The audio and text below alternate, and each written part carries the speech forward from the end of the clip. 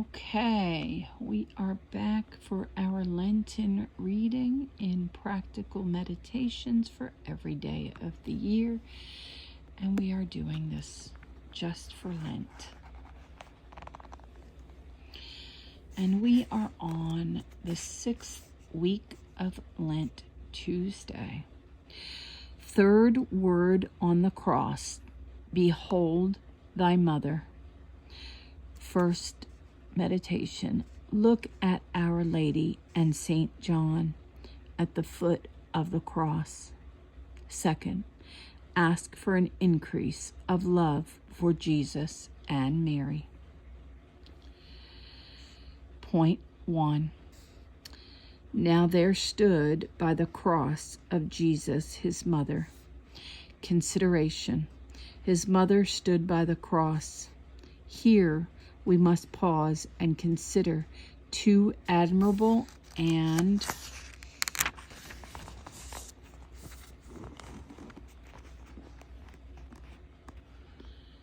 apparently incompatible things: Our Lady's extraordinary grief and her heroic courage. It is difficult to conceive how she, the most loving of mothers, could behold her son nailed alive to the cross and suffering a 3 hours agony and remain standing beneath it. Oh my gosh, I can't stand when my kids have a hangnail, let alone this. Many painters, it is true, have depicted her fainting and overwhelmed at its foot, but without any scriptural warrant. St. John says explicitly, she stood. And the fathers agree that standing thus, though, according to the prophecy of Simeon, her whole soul was pierced through as by a sword, she united herself to the sacrifice of her divine Son. Application. The supernatural strength was certainly the effect of a miracle of grace, but was no less also the fruit of her fidelity under all trials, which her faith and constancy had before suffered. God gives his graces in proportion to our correspondence with them. Yes, always remember that.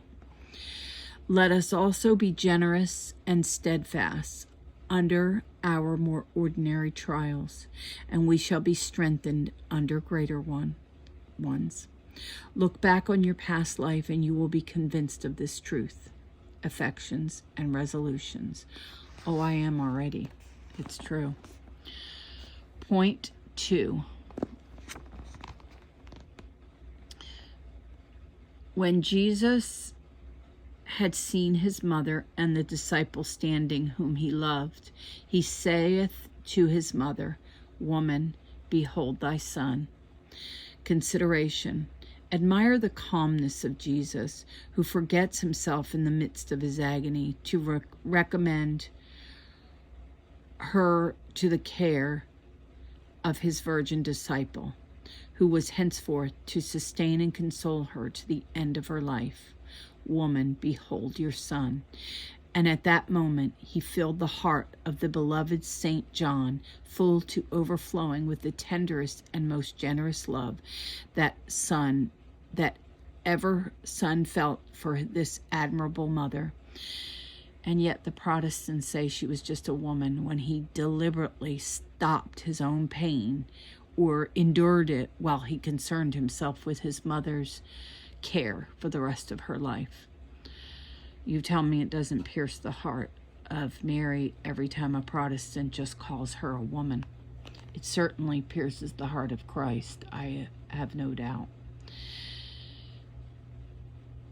Someone in a near-death experience talked about how Jesus showed them Mary and how her pain caused him so much distress. That right there tells you she came back on a near-death experience to tell the world of the pain of watching his mother in pain, and yet women and yet Protestants are just calling her a woman. The disrespect. Application. Here, our Lord teaches us to rise above our own sorrows, or rather to put them aside and forget ourselves for others. In giving his mother merely the name of woman, he would have us understand the less we act by the impulse of merely natural affection, the more we may rely upon his power to supply our needs and upon the protection of the mother he has given us, affections and resolutions.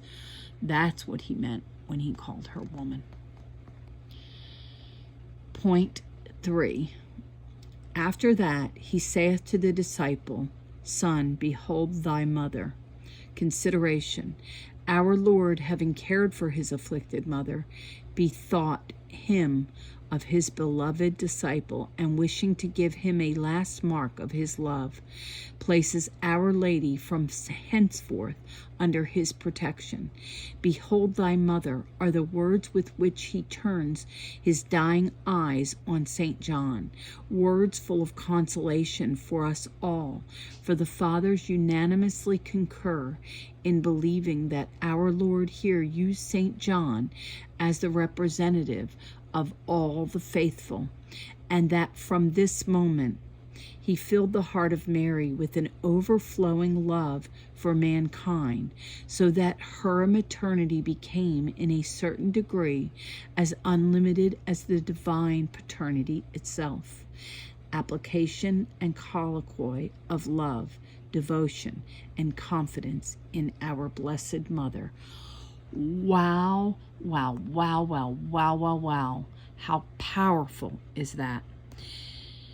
This tells us right here, John was the only one not martyred. John was the only one that lived a long life to the end. There's a message in that in itself. That in itself. He's the only one not martyred and the only one that lived to old age for the Blessed Mother. That is amazing. And he also got the Gospel of John written.